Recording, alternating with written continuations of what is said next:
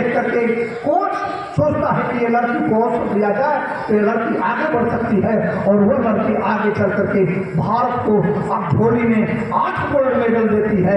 ऐसी प्रतिभाएं मेरे देश में है, और लड़कियां किसी भी कीमत पर खत्म नहीं। एक बार मैं अपने आंखों के सामने की घटना बता दूं। मैं बरेली गया था और उस दिन बरेली में बहुत ही बड़ा जाम लगा हुआ था। अरुणिमा सिन्हा एक लड़की थी, जो लड़की इंडिया में खेलने के लिए उत्तर प्रदेश से वो जीत गई थी और दिल्ली जा रही थी। बरेली से दिल्ली की तरफ ट्रेन में बैठी और कुछ मनचले लड़कों ने उसको धक्का मुक्की करके उठा कर ट्रेन से फेंक दिया था। उसके दोनों पैर बरेली से आगे जो दिल्ली रोड पर दोनों पैर कट गए थे, और वो पूरी रात ट्रेन पटरी पर छटपटाती रही।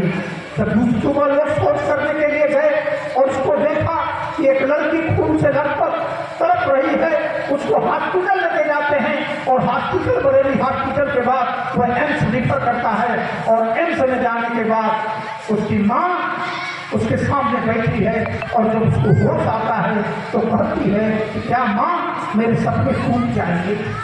उसने कहती नहीं माँ बेटी, ये तुम्हारे सपने टूट नहीं सकते, सपने तो इरादे बनाते हैं, तुम्हारे इरादे नेक हैं तो तुम्हारे सपने टूट नहीं सकते। और वो लड़की जब ठीक होती है तो आती है बजरंगीपाल के पास, और बजरंगीपाल से पूछती है कि क्या मैं भी एवरेस्ट की चोटी पर चढ़ सकती हूँ? तो कहती हाँ तुम चढ़ सकती। और जब वो लड़की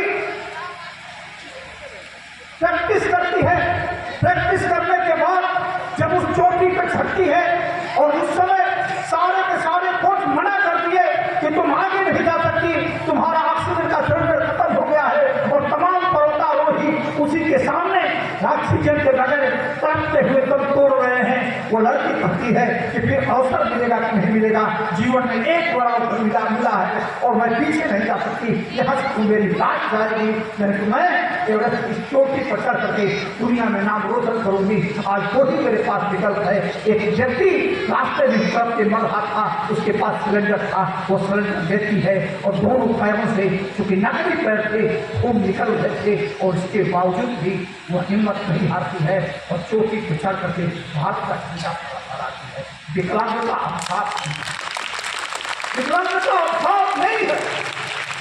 आज भी तमाम सारे विकलांग और देश नहीं भारत का नाम दुनिया के अंदर रोशन किए हैं। इसलिए मैं कहना चाहता हूँ कि अमर ज्योति में भाई विजय जी आपने जिस तरह से मेहनत करके विद्यालय को संवारा और सजाया है, मैं अध्यापकों को भी ये कहा था कि जिस तरह से लगन से आप लोगों ने बच्चों को तैयार किया है, मैं चाहूंगा इसी लगन और परिश्रम के साथ इस विद्यालय को आगे बढ़ाइए। हो सकता है किसी नर्सरी का कोई फूल जो दुनिया को सुशोभित करे, इसी नर्सरी का फूल कोई भारत को सुशोभित करे, गाँव समाज और राष्ट्र का नाम रोशन करे। क्योंकि बच्चों का समय है, घर जाने का समय है। मैं और कुछ न कहते हुए सभी बच्चों को आशीर्वाद देते हुए कि बच्चों मेहनत करो, फूलो खेलो कूदो, मेहनत करो, पढ़ाई पर ध्यान दो, आने वाला कल तुम्हारा है, आने वाला सभी पूरी तौर से लड़कियों का एक मैं देख रहा था नाटक, मैंने एक लेख लिखा था और उसने कहा था कि आने वाली सभी लड़कियों की सभी, क्योंकि कानपुर में बैठा था और मुझे बोलने के लिए बुलाया गया था, क्योंकि बड़ा कॉलेज था, और जब मैं खड़ा हुआ था तो हमने हंसते हुए कहा था कि जो सदी दिख रही है ना वो लड़कियों की सदी है।